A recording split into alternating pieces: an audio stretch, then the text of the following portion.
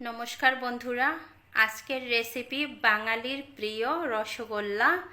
দোকানের মতো স্পঞ্জ নরম সাদা মিষ্টিটা আজকে আমি তৈরি করে দেখাবো।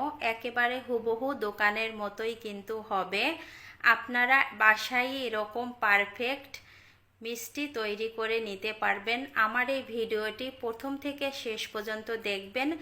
কিছু টিপস বলে দিব, সেগুলো যদি খেয়াল করে তৈরি করেন আপনিও সফল হবেন। প্রথমে আমি এখানে 2 লিটার দুধ নিয়েছি। এই 2 লিটার দুধ আমি জাল করে নিব। আর এই দুধটা আসলে জাল করলে ফেটে যায়, তাই ভাবলাম ফেটে যাওয়া দুধটা ফেলে না দিয়ে আমি রসগোল্লা তৈরি করে নেই।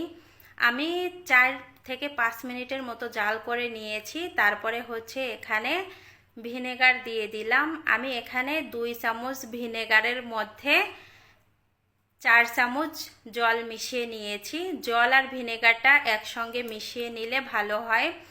একটু একটু করে দিয়ে এই যে ছানাটা কেটে নিয়েছি। ছানা কাটা হয়ে গেছে।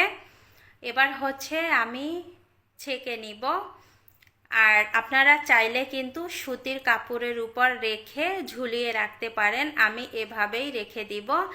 নামানোর পরে জল দিয়ে আমি 3 থেকে 4 বার ধুয়ে নিয়েছি, যাতে ভিনেগারের গন্ধটা না থাকে। আপনারা অবশ্যই ধুয়ে নেবেন। এবার এটা 1 ঘন্টা জল ঝরাতে দিব। 1 ঘন্টা পরে দেখেন জলটা ঝরে গেছে, এখানে কিন্তু কোনো জল নেই। এখন একটা ট্রের মধ্যে আমি ছানাগুলো নিয়ে নিলাম। এক পাশে করে নিচ্ছি। এক পাশে করে এভাবে হাতের তালু দিয়ে ঘষে ঘষে এই ছানাটা কিন্তু ম্যাশ করে নিতে হবে। আপনারা কিন্তু হাত দিয়ে মুঠো করে এই ছানাটা মাখতে যাবেন না, এভাবে মেখে নেবেন। আমি 4 বার এভাবে মেখে নিয়েছি। দেখেন এখন সফট হয়ে গেছে। এবার এখানে দিয়ে দিলাম 1 চামচ ময়দা। ময়দাটা দেওয়ার কারণে রসগোল্লাটা কিন্তু টাইট হবে, ভেঙে যাওয়ার কোনো সম্ভাবনা থাকবে না। অবশ্যই 1 চামচ ময়দা দিবেন এখানে। ময়দাটা দেওয়ার পরে ভালোভাবে মিশিয়ে নিতে হবে। ময়দাটা যেন প্রত্যেকটা জায়গায় মিশে যায়। আমি ভালোভাবে মিশিয়ে একটা ডো তৈরি করে নিয়েছি। এখান থেকে ছোট ছোট লেচি কেটে নিব। ছোট ছোট লেচি কেটে হাতে একটু চাপ দিয়ে এবার 2 হাতের তালুর মধ্যে রেখে এভাবে গোল করে নিতে হবে, ঘুরিয়ে ঘুরিয়ে। আমি যেভাবে ঘুরিয়ে নিচ্ছি দেখেন, এভাবে ঘুরিয়ে নেবেন।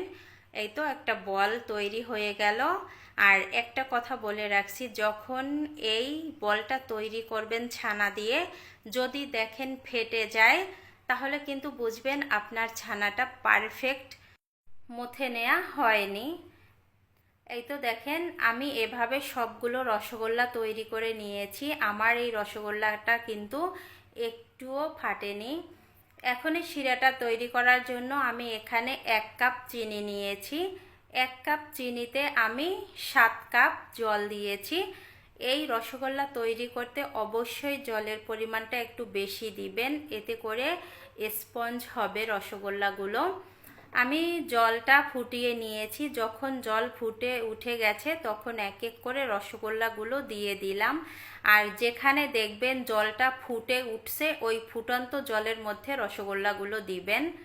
এখন একটা ঢাকনা দিয়ে ঢেকে 10 মিনিট গ্যাসের ফ্লেম বাড়িয়ে আমি জাল করে নিব। এই 10 মিনিটে কিন্তু গ্যাস কমানো বাড়ানো যাবে না। 10 মিনিট পরে ঢাকনা তুলে নিলাম। ঢাকনা তুলে নেওয়ার পরে এবার আমি উপর থেকে একটু দেখিয়ে দিব কতটা ফুলেছে রসগোল্লাগুলো। দেখেন আমার কিন্তু 10টা রসগোল্লা এখানে হয়েছে। রসগোল্লাগুলো এবার আমি আবারও ঢাকনা দিয়ে ঢেকে লো হিটে আরও 15 থেকে 20 মিনিট জাল করে নিব। আমি 20 মিনিট পরে আবার ফিরে আসলাম।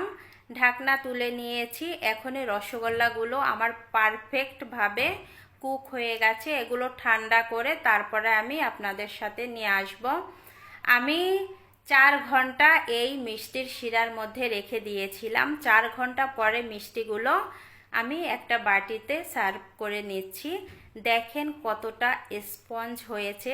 চাইলে আপনারাও এরকম বাসায় রসগোল্লা তৈরি করে নিতে পারেন। আমি একটা রসগোল্লা একটু চেপে দেখাচ্ছি। দেখেন কতটা স্পঞ্জ হয়েছে, রসগুলো বের হয়ে যাচ্ছে। আর আমি একটা রসগোল্লা কেটেও আপনাদের সাথে শেয়ার করছি। আজকের ভিডিওটা আমি এখানে এন্ড করলাম।